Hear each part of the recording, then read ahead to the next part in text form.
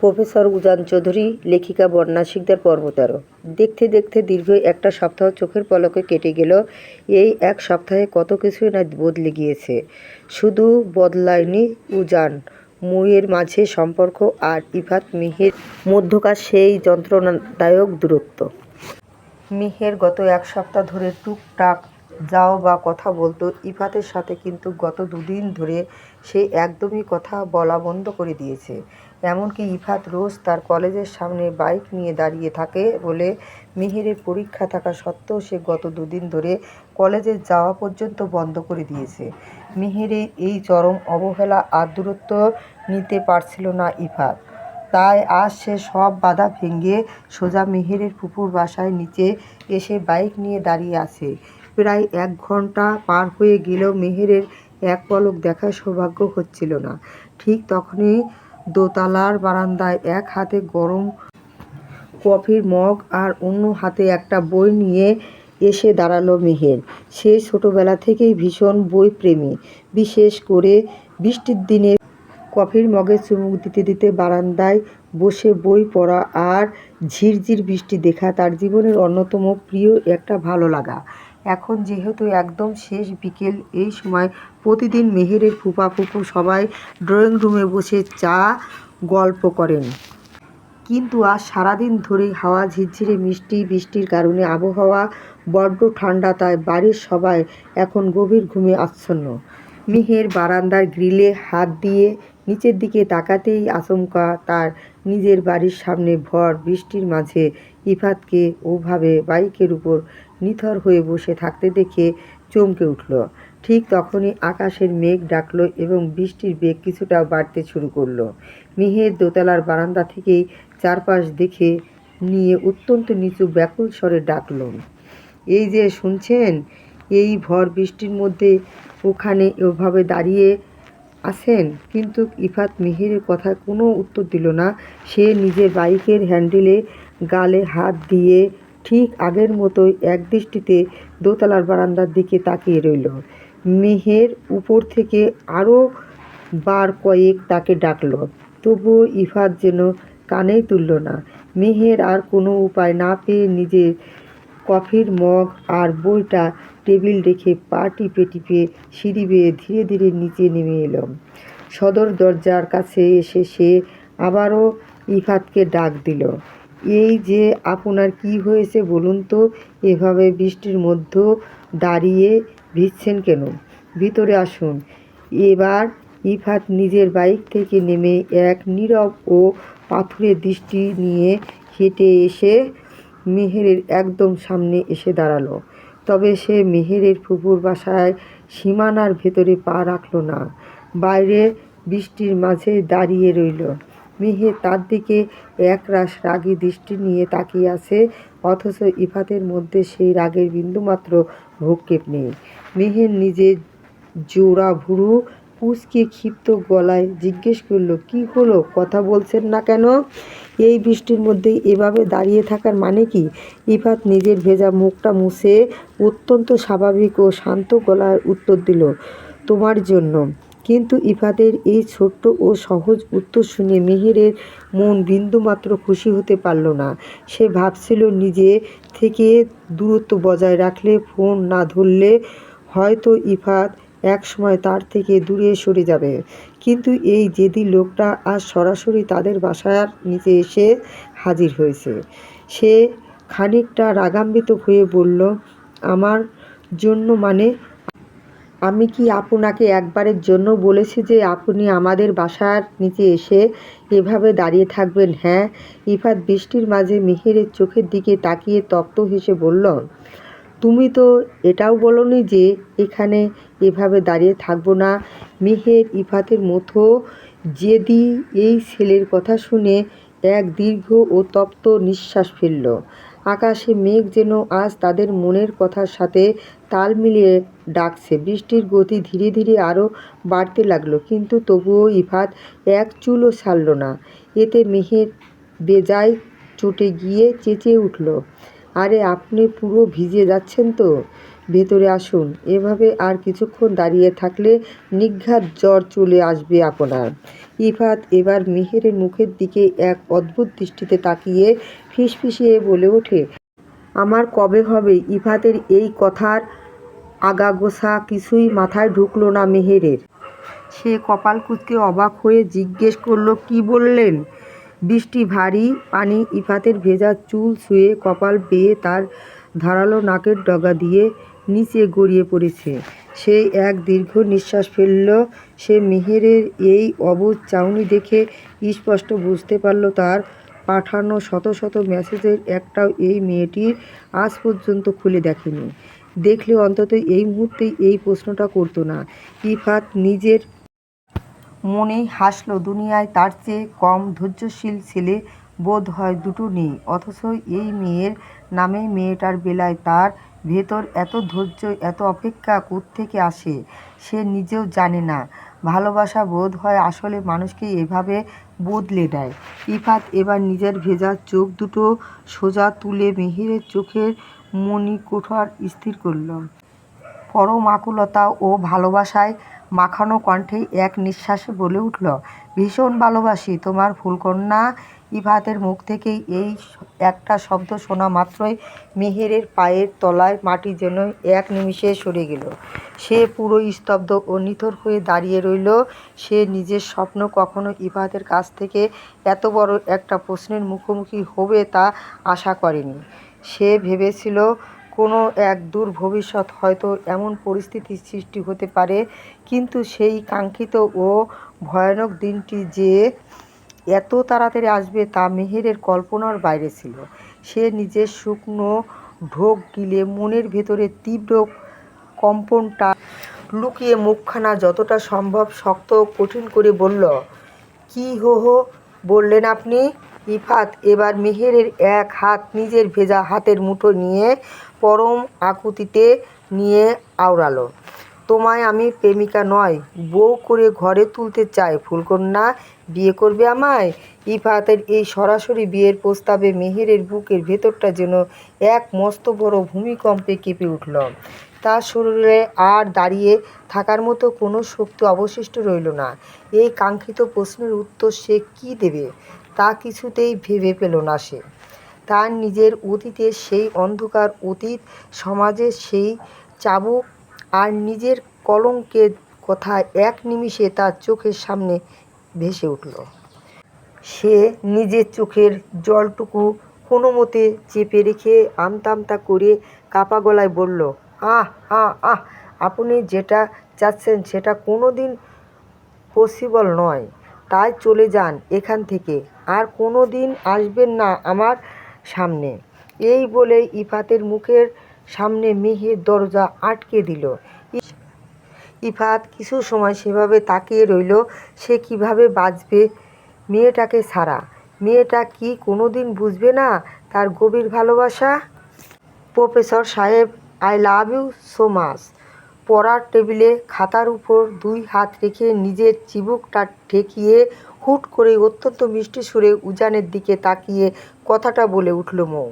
উজান তখন হাতে কলম নিয়ে অত্যন্ত মনোযোগ দিয়ে ফিজিক্সের একটা ম্যাথ মৌকে বোঝাচ্ছিল।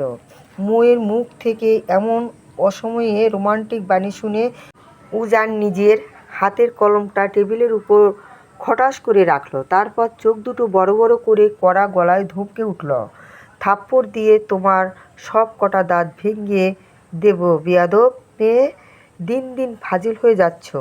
পড়ার সময় এই সব আজাইরা ফালতু কথা তোমার ওই পুচকে মাথায় আসে কি করে?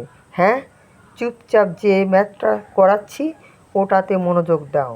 উজানের এমন রাগান্বিত ধমক খেয়ে মৌ নিজের মুখটা বেলুনের মতো চট করে চুপসে নিল। পড়াশোনা জিনিসটা তার ছোটবেলায় থেকে বরাবরই চরম অপছন্দের।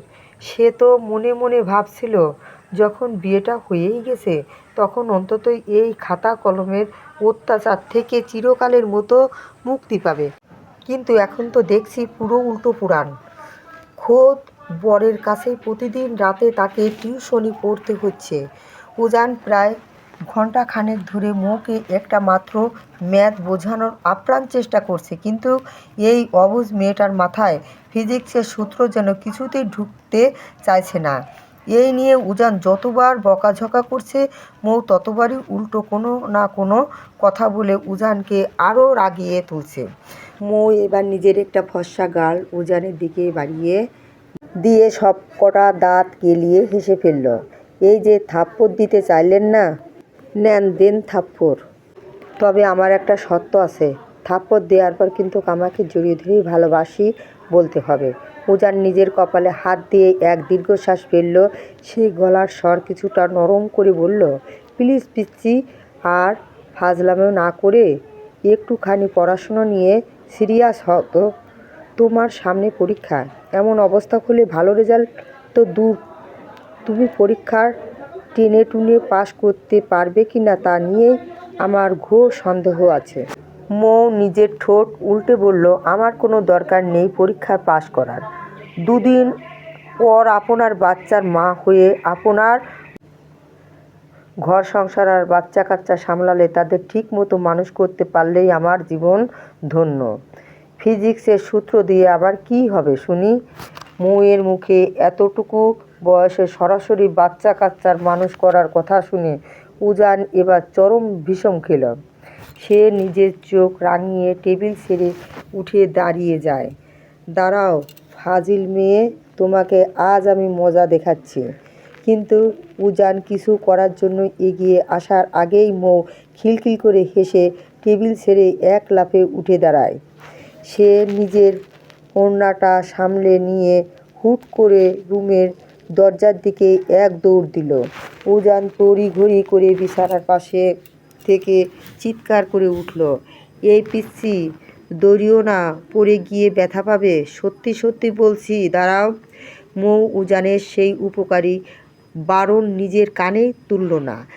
সে যেই না হাসতে হাসতে দরজার কাছাকাছি পৌঁছালো, অমনি ঠপাস করে শক্ত মেঝের উপর আছাড় খেয়ে পড়ে গেল। উজান আর এক সেকেন্ডও দেরি না করে ঝড়ের গতিতে এগিয়ে গেল। মৌ মেঝেতে পড়ে গিয়ে বোকার মতো ফ্যাল ফ্যাল করে উজানের মুখের দিকে তাকিয়ে রইল। মনে মনে ভাবল, ইস ইস, কেন যে এই খিটখিটে মানুষটার কথা শুনতে গেলাম না। এখন তো সত্যিই খুব ব্যথা পেল। উজান কোনো কথা না বলে অত্যন্ত সাবধানে নিজের দু হাত দিয়ে মৌকে পাজা কোলে তুলে নিল। তারপর ধীর পায়ে এনে বিছানার উপর বসিয়ে দিল। সে নিজের দাঁতে দাঁত চেপে রাগটা নিয়ন্ত্রণ করে নিল। আমার কথা শুনলো না কেন বলো তো? এত তাড়ামি কে করে শুনি? নারী এমন একটা শব্দ যা শুরুই হয়েছে না দিয়ে। তারপরও কিভাবে আশা করেন যে আপনাদের কথা আমরা অক্ষরে অক্ষরে শুনব? কথাটা বলেই মৌ নিজের সব কষ্ট ভুলে আবার ফিক করে হেসে দিল। উজান তার দিকে এক তীব্র রাগী চামড়া দৃষ্টি নিক্ষেপ করতে সে চট করে নিজের মুখে হাত দিয়ে চুপ হয়ে গেল। মৌ এবার খানিকটা উজানের দিকে ঝুঁকে এসে চোখ টিপে ফিসফিস করে জিজ্ঞেস করল, রাগ করলেন? আস্তে একটা নির্লজ্জ মেয়ে তুমি, এত বড় আছাড় খেয়ে ব্যথা পেয়ে অথচ এখনও বসে বসে দাঁত কেলাচ্ছ। সারাদিন ফোন দেখে যত সব আজগুবি আর তেরাবেঁকা কথা হয়, তাই না? আজ থেকে তোমার ফোন হাতে নেওয়া সম্পূর্ণ ব্যান্ড।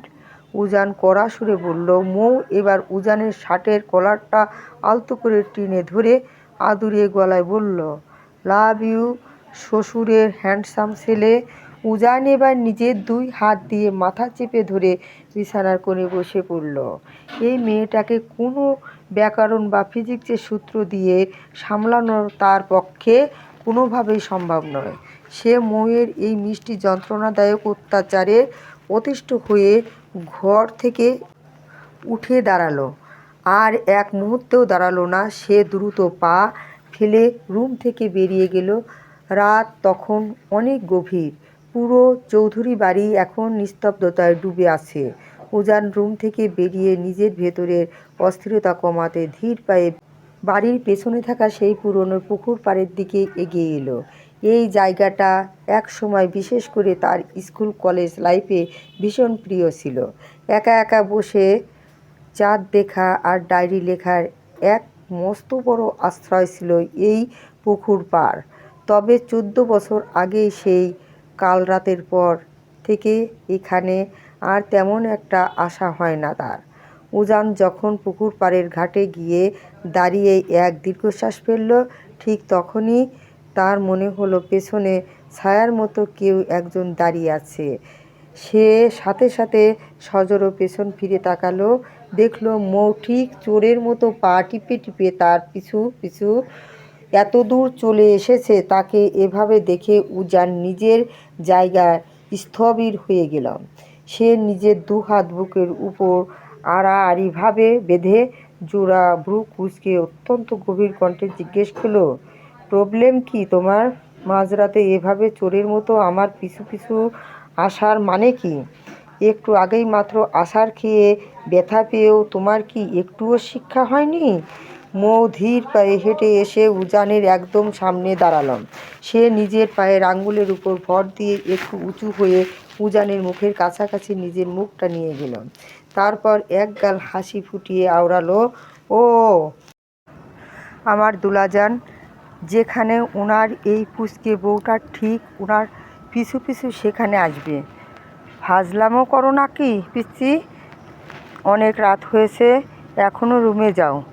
যাব না? কি করবেন আপনি শুনি? দেখো পিচকি, আমার মাথাটা অলরেডি গরম হয়ে আছে। দয়া করে আমার রাগটা আর বাড়ায়ো না। যাও এখান থেকে। তোমার এই সারাদিনের যন্ত্রণা আমি আর নিতে পারছি না। উজান কথাটি কিছুটা চড়া সুরে বলতেই মৌয়ের মুখের সেই চপল হাসিটা এক নিমিষে মিলিয়ে গেল। সে অত্যন্ত করুণ ও অসহায় চোখে উজানের চোখের দিকে তাকিয়ে ভাঙা গলায় জিজ্ঞেস করল, আমি কি আপনাকে শুধু সারাদিন যন্ত্রণাই দেই? আপনাকে একটুও ভালোবাসি না?